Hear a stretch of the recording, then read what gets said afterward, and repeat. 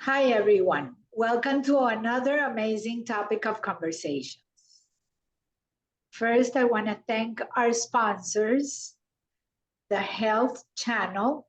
So please sign up for the Health Channel's newsletter and stay connected to all the health trends. Or visit allhealthtv.com. Also, Finkelman's for the chef in you. All the tools that you need to prepare amazing food, especially now at the end before Christmas and the holidays. And from the Power of the Heels, we look forward to our monthly networker at the AC Hotel in Aventura from 8:30 a.m. and the next one is January 12th. So, welcome. Este episodio será en español. Bienvenida, Natalia. Gracias, Gladys, por la invitación. Placer tenerte. Sé que tienes una historia un poco fuerte que contar y por eso Así quería es. invitarte, pero vamos a empezar de atrás para adelante. Me parece, me gusta esa forma. Estás haciendo una maestría en salud mental Sí. y ya sé que tienes una carrera nada que ver con salud mental. ¿Por qué a estas alturas de la vida estás estudiando la maestría en salud Bueno, mental? primero que todo, muchas gracias por invitarme a tu programa. Es para mí un honor y un privilegio estar aquí. ¿Por qué a estas alturas me dio por cambiar? Bueno, porque tengo una historia que contar, pero en algún momento consideré que era importante poderla contar y dar las herramientas que me sirvieron a mí para llegar a donde estoy en este momento. Entonces dije, bueno, es el momento para hacerlo, encontré una pasión y quiero darle a otras personas, en especial otras mujeres, el regalo que recibí yo a través de la salud mental. Espectacular, porque la verdad que creo que en este momento mucha gente lo necesita. Tú te divorcias Ujú, y te vas a vivir a Colombia ujú. después de la pandemia. O sea, No, creo que antes. tú En el antes 2012, sí. En el 2012 eh, me divorcio. En el 2010 me divorcio de un matrimonio precioso en donde tenemos un hijo y me voy a vivir a Colombia en esa época como para crear un poco de distanciamiento y poderle dar a mi hijo, que en ese entonces era chiquitín, tenía 3 años, 4 añitos, un mejor futuro, ¿no? Cosas que a veces aquí en Estados Unidos nos cuestan mucho dinero y no es posible darles a nuestros hijos. como por ejemplo un colegio Una, privado. una nana, un colegio privado, y estando pequeño consideré que pues hablar español era una gran oportunidad para él y hacer de él un niño bilingüe. Entonces hablo con su papá y le digo, mira, me voy por un periodo de tiempo para Colombia y pues él accede a los beneficios que traía para nuestro hijo y nos vamos con mi hijo para Colombia. ¿Y Y tienes ahí, familia en Colombia? sí, todos mis abuelos. De Ok. hecho, una de las razones era que mi abuelo está allá y mi abuelo es el amor de mi vida y pues quería compartir con él más tiempo y pues era un sueño que siempre había tenido. Mi ex esposo lo sabía y pues era el momento para hacerlo. Así que me voy, consigo un trabajo con una multinacional y me voy feliz para Colombia. ¿Qué pasa ahí? Bueno, comienzo mi nueva vida. Mi hijo empieza un colegio hermoso, espectacular. Le doy consigo una nana para acompañarlo y comienzo a trabajar. Y en ese trabajo donde estaba, en esa multinacional, conozco a alguien que uy, me flecha cuando lo conocí. Que empezamos creo que fue una atracción mutua pues comenzamos un romance. Duró aproximadamente 3 años, pero con un pequeño caveat. Cuando yo conocí a esta persona todavía no había terminado la relación en la que estaba en un matrimonio muy tormentoso y no había tomado todavía la decisión de irse de su casa. Y ¿Y eso tú hizo, sabías esta parte? claro, al principio yo lo supe, sí. Y eso hizo, pues obviamente, del comienzo de una relación, todo lo que empieza mal, termina mal, dicen por ahí, y no hay nada más cierto que eso. Y entonces esa relación se convirtió en muchos problemas, pues porque él no había terminado sus cosas. Su hijo tenía una condición mental que también era un poco desafiante y bueno, todo eso de alguna forma, directa o indirectamente, pues afectó lo que nosotros estábamos compartiendo en ese momento.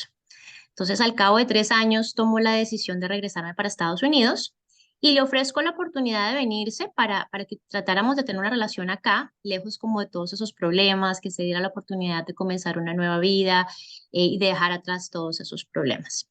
Y él, Pero en este momento ya te casaste.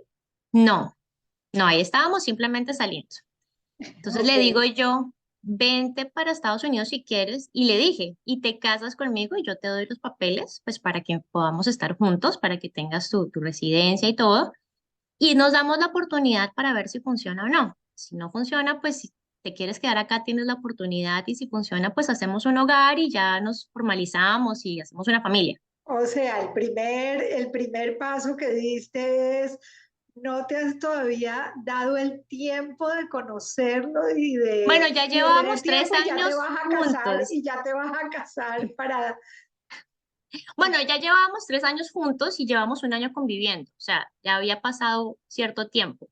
Ya para ese entonces él ya estaba separado, divorciado, ya habíamos empezado a compartir mucho juntos, pero pues habían muchas cosas que no estaban funcionando por muchas presiones, la presión de su ex esposa, la presión de su hijo, sus familias, y pues porque él, la verdad es que tenía challenges emocionales. De hecho, cuando me vengo ya yo para acá, para Estados Unidos, que él me dice, no, no quiero irme así, yo de verdad quiero formalizar un hogar contigo, tú eres la persona con la que quiero compartir mi vida y si me voy, o sea, te propongo matrimonio y nos casamos bien. Un mes antes de él, 2 meses antes de él llegar, a él le diagnostican depresión clínica. Nosotros teníamos una dinámica, era una persona completa, muy, muy, muy posesiva, y nuestras discusiones eran súper desgastantes y notaba mucho que tomaba trago. En ese entonces yo no sabía si era o no alcohólico. ¿Y por qué te lo digo así? Porque en Colombia se pasa mucho el tema del alcohol y muchas veces no lo diagnostican. Entonces, somos muy sociales con el tema del alcohol y muchas veces la persona sí es una alcohólica, pero no lo reconocen como alcohólico. Y pasaba mucho con él. Entonces yo le decía, ¿tú de pronto tienes un problema de alcohol? No, eso es normal, aquí en Colombia todo el mundo toma, por todo tomamos, no sé qué. Pero el momento en el que lo diagnostican con depresión clínica y le dicen, no puedes tomar trago porque tus antidepresivos, donde tú tomes trago, te hacen un daño, y él no puede soltar la botella, ahí es donde nos damos cuenta que sí había un problema de alcohol. Y ahí ya te habías venido para acá. Yo ya estaba acá, ya nos habíamos comprometido y él ya estaba en proceso de venirse. Le faltaba un mes para llegar. Y en ese momento no reflexionaste y dijiste, voy a cometer otro error, ya teniendo un divorcio, ya sabiendo lo duro que es una separación y un divorcio. En ese momento no fue como como diría en inglés, un red flag. O sea, ahí fue como el campanazo. No lo Sí, vuelvas a hacer. sí, una parte de mí dijo, no lo hagas, esto no va bien.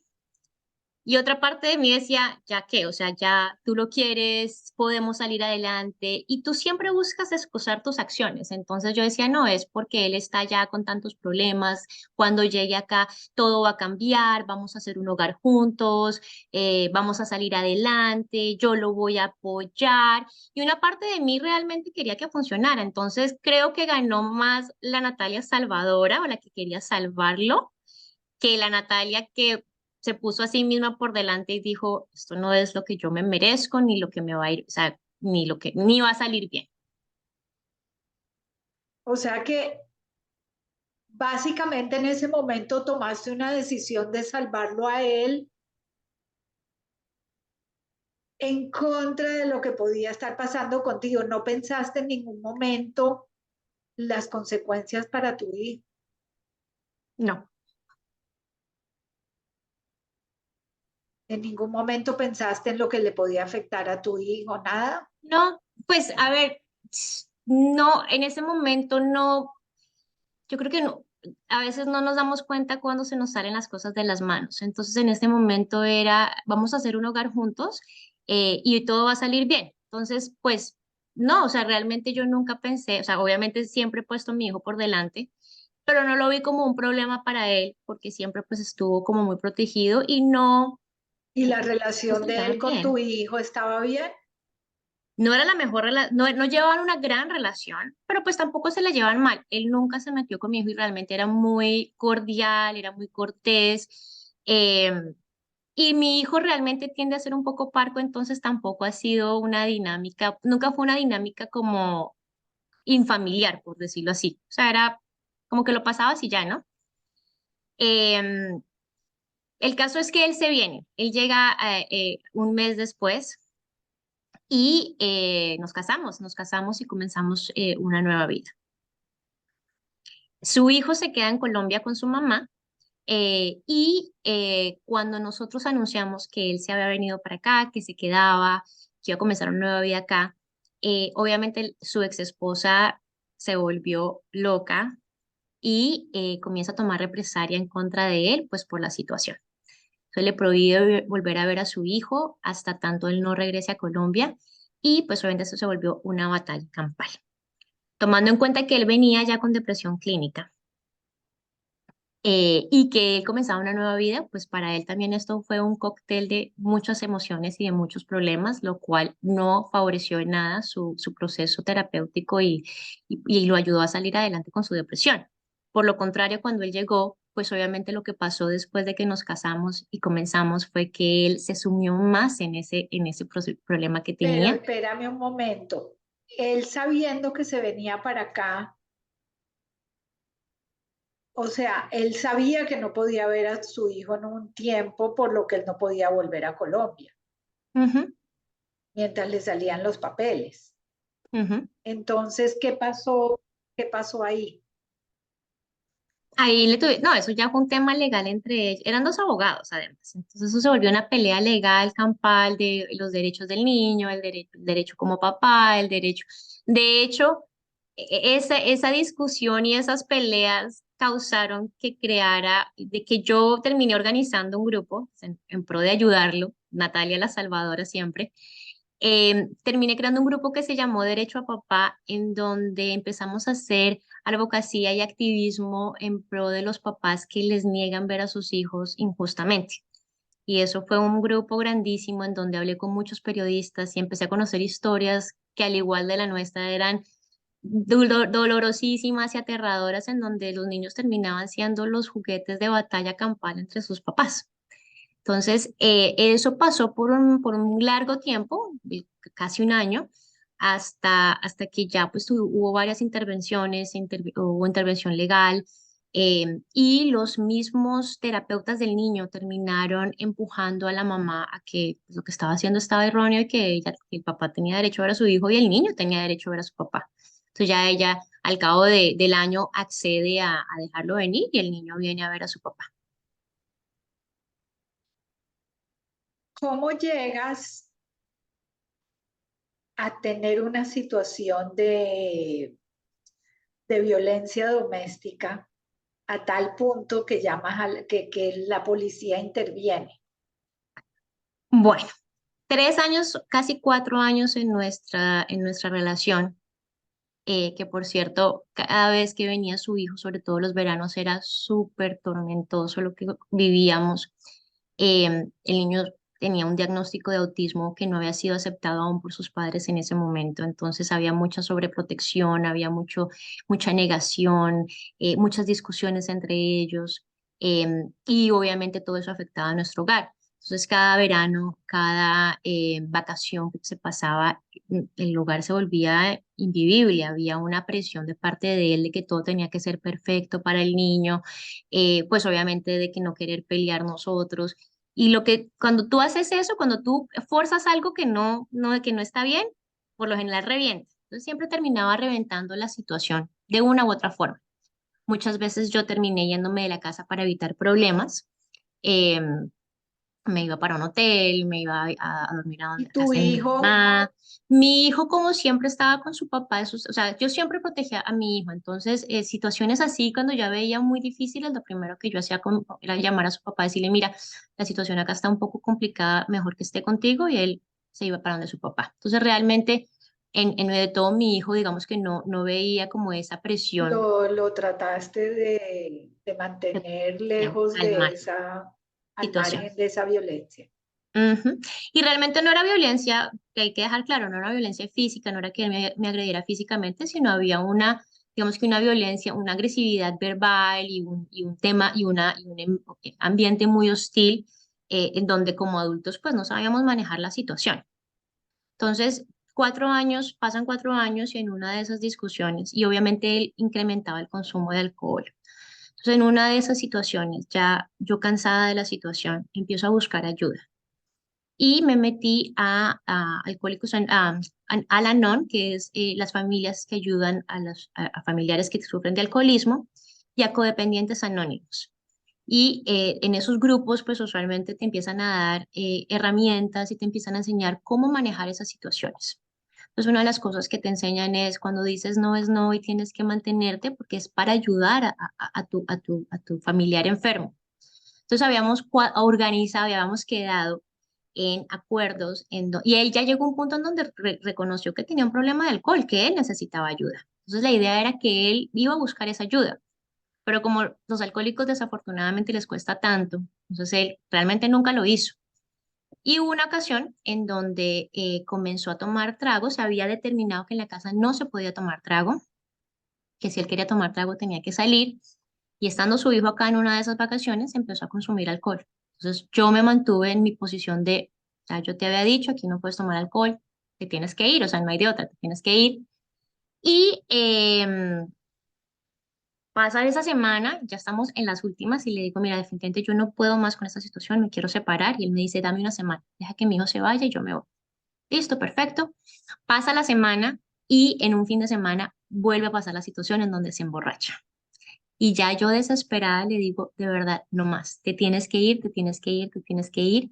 Y en ese momento se pusieron las cosas muy calientes, y él termina empujándome y me termina diciéndome, donde tú, porque le dije, si no te vas voy a tener que llamar a la policía. Entonces él me empuja y me dice, yo te mato, y yo automáticamente llamo a la policía. Llamo a la policía y llegan 3 patrullas.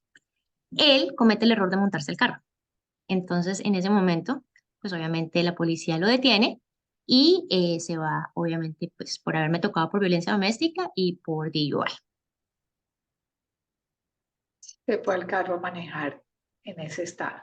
Ujú. Lo intentó, pero como pues la policía ya lo estaba esperando, tan pronto Gracias prendió a el radar. Dios no pasó a mayores en ese sentido.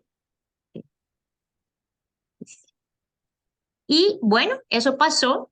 Él de ahí sale para un centro de rehabilitación. La historia no termina ahí. Él sale para un centro de rehabilitación, para buscar finalmente ayuda, darse cuenta que necesitaba ayuda. Y yo sigo con mis programas, con mi programa de codependientes anónimos, con mi programa de Al-Anon, en pro de ayudarlo, creyendo que el problema Todavía. lo tenía él. Sí, el problema lo tenía él y yo era simplemente su apoyo incondicional. No tenía papás. Y nos ponemos como muchas historias, ¿no? Pobrecito, ellos siempre son los pobrecitos. Pobrecito, no tiene quien lo quiera, él no tiene quien lo entienda, sus papás no lo entendieron, su hijo no vive con su hijo, entonces Buscando siempre disculpas buscando o excusas. justificando. También. Yo creo que las dos. Básicamente es justificando una acción. Correcto. Entonces, él se va para su centro de rehabilitación y él me llama cuando sale del centro de rehabilitación. Y yo estaba esperando esa llamada. Entonces me dice que él se quiere dar una oportunidad conmigo, que él me adora, que él me quiere, que tratemos de sacar todo adelante, y yo accedo. En ese entonces estaba todavía en su proceso, entonces él vivía en lo que llamamos un halfway house. No sé si has escuchado lo que es un halfway house, donde él vivía de lunes a viernes y los fines de semana se venía para la casa. Y así duramos aproximadamente 8 meses, o casi 9 meses, en donde él terminó como todo su tema probatorio, le devolvieron su licencia, pasó todo ese tema. Y obviamente yo seguía con el punto de, bueno, lo estoy ayudando, necesita ayuda, necesita que lo lleve, que lo traiga, entregada y realmente enamorada, porque yo considero que sí tenía un gran cariño por él y que quería ayudarlo a salir adelante. O sea, yo siempre he dicho, o sea, y digamos que a través de lo que pasé, rescaté el amor porque el amor es muy bonito y lo que yo sentía era real. O sea, Entonces, tú seguías mirando hacia el cuento de hadas y el yo final seguía feliz. soñando con darle las medicinas cuando viejitos, así. Ya al cabo de los 10 meses, pues ya pasa todo esto y como que ya llegó un momento en donde hay, yo creo que, bueno, me pasó algo que creo que fue lo que me ayudó a mí como a despertar. Voy a mi cita anual, donde la obstetra, y me encuentran precáncer en el útero. Y para mí ese fue un super wake up call de, ¿qué estoy haciendo con mi vida? ¿Qué va a pasar si yo me muero? Si me llega a dar cáncer y tengo que pasar por un tratamiento, o si me llego a morir, ¿qué va a pasar con mi hijo? Ahí fue cuando ya yo digo que me sentó la realidad de necesito ponerme por primera vez me puse yo por delante. Y en ese momento tomo la decisión de hablar con él y decirle, mira, no puedo más con esta situación, o arreglamos las cosas y te vienes a vivir y somos un hogar de verdad, o mejor ya no más. Y eso fue 3 meses antes de la pandemia. Entonces él me dice, dame un mes y al mes me dice, definitivamente yo no quiero volver. Yo no quiero volver contigo. Yo creo que la relación ya está muy, muy desgastada, ya esto está muy difícil. Mi hijo no es lo que quiero para mi hijo. En ese entonces yo le había dicho que quería hijos y él me dijo, yo no quiero más hijos, tú quieres hijos. O sea, hemos quedado en que listo, no más. Ya nos íbamos a ir y cae la pandemia. Entonces él no tengo dónde vivir y Natalia sale al rescate. Es que soy, Natalia era sale al súper rescate. stubborn. Natalia sale al rescate, entonces pues vente para acá. Y pasamos 2 semanas juntos, las 2 primeras semanas de la pandemia. Y en ese proceso fue cuando ya él me dijo, mira, me acaba de salir el hogar la casa que yo renté. Y hasta ahí fue cuando ya yo dije, no más, o sea, no puedo seguir con este back and forth. Vete ya, agarra tus cosas, agarra todo lo que quieras y nunca más. Y él se va. Y en ese momento comienzo a enfrentar mi realidad, empiezo a enfrentar que por fin se había acabado, que se había ido y a buscar ayuda. Pero pues obviamente era la pandemia, estábamos todos encerrados, no podemos salir, entonces una parte, por un lado fue chévere porque creo que me di el espacio que necesitaba para llorarlo, para sufrirlo, sin la necesidad de que me vieran, digamos, o sea, de tener que dar explicaciones. Comienzo a a buscar ayuda, sigo asistiendo a mis grupos, sigo asistiendo a Codependence Anonymous, a Al-Anon, y me topo con una reunión por Zoom en donde hablan de estrés postraumático. Cuáles eran los síntomas de estrés postraumático, por los duelos. Estaban hablando de duelos y pues que cuáles son los síntomas del duelo y que puede generar traumas. Y empiezo a ver todo eso y entonces empiezo a analizar y digo como, oye, pero yo tengo eso y yo tengo eso y empiezo a hacer un montón de checkmarks, ¿no? Como, "Ah, a mí me pasa eso, me pasa eso". Y hablaban de una terapia sensacional que se llama EMDR. No sé si las has escuchado. No, EMDR es una terapia que se especializa en traumas. Entonces digo, o sea, que ha probado, tienen que un 80. traduce, o sea, EMDR dime el es nombre total. Eye Movement Desensitization and Reprocessing. Ok, una terapia con movimiento de ojo y reprocesamiento del pensamiento. Sí, literal, eso es lo que hace. Entonces busco una terapeuta local que esté especializada en EMDR y le cuento mi historia. Le digo, mira, me estoy separando, no sé qué va a pasar, estoy muy mal, lloro todos los días, no como, no quiero seguir así. Entonces me dice, bueno, te tengo que hacer una evaluación para ver, pues, si realmente aplicas y te hago un programa. Y yo, listo. Entonces me hace el assessment, lo que llamamos assessment, y el resultado dio que sufría de estrés postraumático, que tenía depresión severa, ansiedad severa, y cuando me hace la prueba de autoestima, no tenía autoestima. De 1 a 10 la tenía en 2. Y ahí es cuando Ah, empiezo a trabajar. o sea, que en vez de ser la salvadora, diste todo, pero al mismo tiempo tu autoestima se vino al piso. En vez de tener la autoestima mucho más fuerte, diría yo, por haber ayudado a alguien, fue al contrario.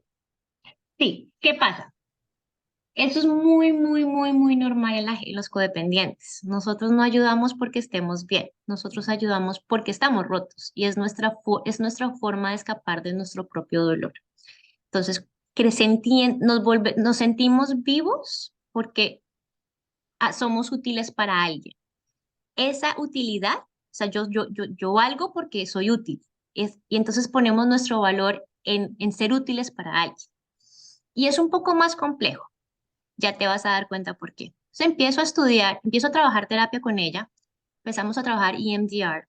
EMDR es súper exitosa y una de las razones por las cuales es tan exitosa es porque te lleva a la raíz del dolor. Y cuando nosotros hablamos de traumas, es la única forma que podemos salir de los traumas, es enfrentando el trauma como tal. Hay muchas reacciones que nosotros tenemos en el día a día que simplemente son reflejo de algo mucho, mucho más profundo que tenemos por dentro. O sea, hasta que no llegamos a esa raíz, pues se sigue manifestando el dolor, pues Y porque es tu sigues forma de tu cometiendo cuerpo los hablar. mismos errores Sigues cometiendo los mismos errores inconscientemente. y Muchas el veces, ciclo se repite. y muchas veces cometemos errores inconscientes. Tú me decías, ¿cómo se te fue a ocurrir? Porque no era consciente de lo que estaba haciendo. Porque entramos en un piloto automático para protegernos del dolor que en algún momento sufrimos y no somos conscientes de lo que estamos haciendo. Entonces, nuestro survival mode, nuestro mecanismo de sobrevivencia es ese y lo hacemos. Pensamos que si lo hacemos vamos a estar bien, pensamos que si ayudamos a otras personas vamos a Vamos sentirnos a estar vivos bien. y vamos a estar bien. Entonces, entre más difícil el problema, pues mayor satisfacción de ayuda y me voy a sentir mejor conmigo misma. Ese es más o menos el pensamiento que tiene un codependiente. Entonces empiezo a trabajar y resulta que a medida que empezamos a entrar, ya digamos que a procesar, aprendo o caigo en conciencia de que yo fui abusada cuando niña. Yo sufrí abusos, un sinnúmero de abusos emocionales, psicológicos, eh, sexuales, que Sexuales. me hicieron llegar a donde llegué. Obviamente estaba tan pequeña que era imposible sopasar, o sea, como que salvarme, por decirlo así, y lo que hizo mi cerebro fue bloquear el dolor y volverme, o sea, tener las características que adopté, el volverme una persona codependiente, el buscar salvar a otras personas, que es muy normal en personas que hemos sufrido temas de abusos. Y así fue como llegué a pasar lo que pasé, pero nunca lo hubiera sabido si no me hubiera tomado el tiempo de parar y empezar a indagar qué era lo que estaba pasando. Llegó un momento en ese proceso en donde dije, tiene que haber algo malo conmigo. Tengo que tener algo que me está haciendo conectarme con las personas equivocadas, que me está haciendo anhelar algo que no es. Muchas veces es nuestro propio cuerpo tratando de revivir dolores que tenemos por dentro que ni siquiera sabemos que tenemos. Y eso fue lo que me pasó a mí. Entonces empiezo a procesar todo ese dolor, a quererme en áreas en donde de repente digamos que no me quería, a entender de dónde venían esos vacíos, esos abandonos, en donde de pronto no estuvo mi mamá presente o consciente de lo que estaba haciendo, en donde fui expuesta a situaciones que un menor no debe estar expuesto. Y Conocías a la persona que te abusó. yo no fui abusada, a mí nunca me tocaron, eso es importante dejarlo claro. Mis abusos sexuales fueron más psicológicos que físicos. Y claro que sí, fue mi mamá, fue a través de mi mamá que pasaron todos esos abusos. Entonces, lo cual lo hace un poco más complicado porque venimos de una sociedad donde nos dice que la mamá es lo mejor que tenemos. La mamá es la que nos protege, la mamá es la que nos cuida, la mamá es la que da la vida por nosotros.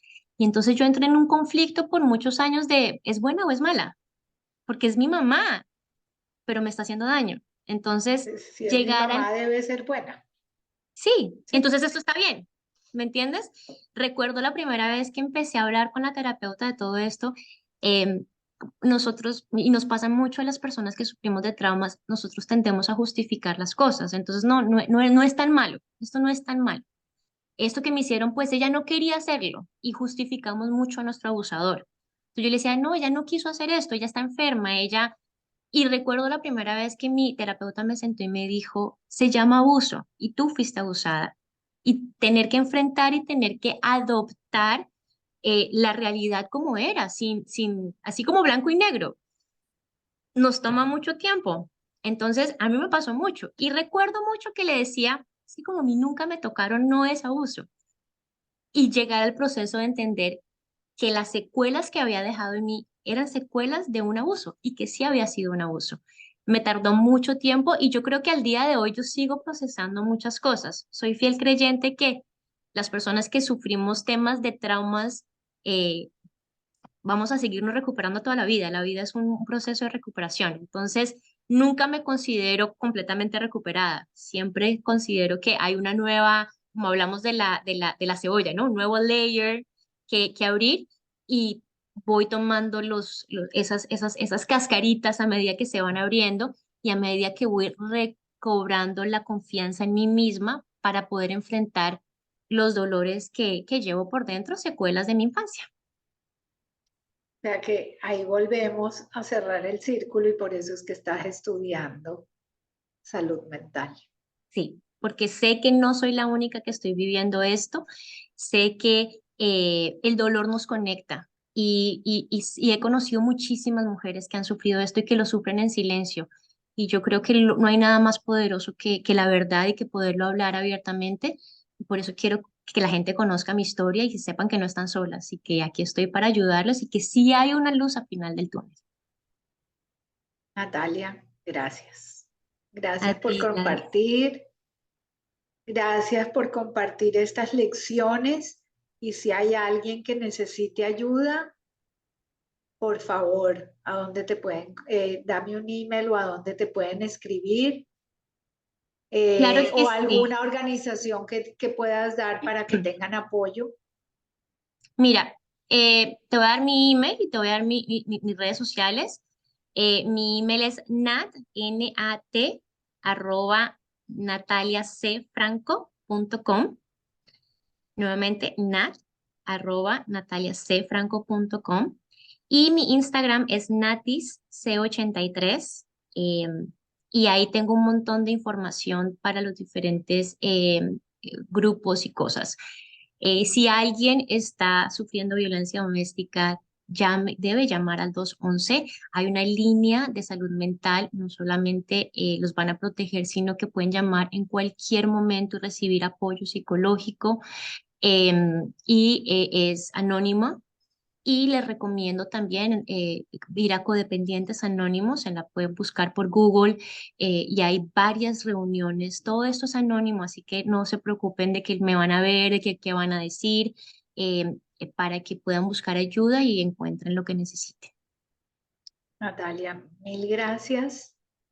Espero que la gente que de verdad necesite ayuda pueda pedir ayuda y salir adelante, y como dices tú, sanar ese pasado Y que y sepan que no empezar están solas. y empezar una nueva vida, esta vez sí, limpia, con salud y que tengas paz y tranquilidad.